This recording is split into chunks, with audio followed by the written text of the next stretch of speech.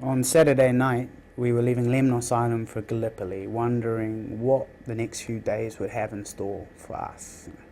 Here we are, a few days later, and our whole world has changed. Any expectations or notion of adventure has been ripped from our minds. This is war. No training could prepare us for this. I was on deck when the peninsula came into view, and the Australians had landed before us, so we were just waiting and waiting. Finally, the order came to move down the ladders into the landing boats, and a steam picket boat came along and picked up a string of our boats, and we were off. I can't tell you how tense that journey felt. It seemed to take so long. We passed an overturned boat along the way, and we knew that if we were sunk, the weight of our packs would drag us under. It was not a pleasant feeling.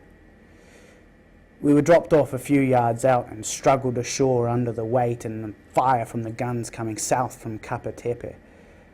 My first impression of the beach was just total chaos. It's hard to describe. It happened so quickly, it's all a bit of a blur. There were shells bursting and shrapnel raining down on us and heavy fire. Dead men were lying in rows, and the wounded were lined up under cliffs for shelter. As we were landing, there were boats already full of the wounded being evacuated. The landing area was not what we expected. We were surrounded by steep, rugged hills, and we could see men trying to scramble up these hills and at the ends of the beach.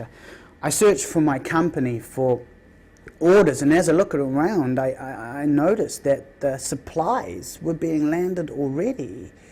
It was absolute mayhem. There was munitions and food and mules being landed, all amidst this flow of constantly arriving new troops. And meanwhile, the beach was just filling with casualties. That's all I could see.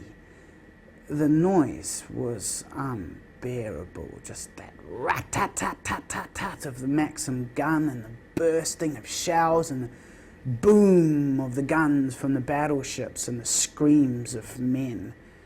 It was like hell here on Earth. Our orders were to reinforce the Australians and to capture the highest point on the ridge. Fighting our way up there, the snipers were the worst. They took out mates to the left and to the right of me. On a hill, what we were calling Baby 700, the fighting was fierce. We were gaining ground, losing ground. The Turks were really fierce fighters, not what we had expected at all. By nightfall, the losses were severe and we were exhausted. The Turkish reinforcements just kept coming and coming. It was like we were bows and arrows fighting lightning. It was a total disaster. And then the order came on from high, dig in. So we dug. We dug to save our lives in that hard, rocky ground.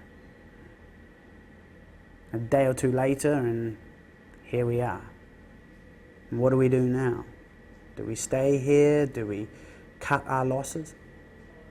I feel like a rat caught in a trap, waiting to see what happens to me next. It's completely out of my hands, and what the powers that be decide to do next is anyone's guess.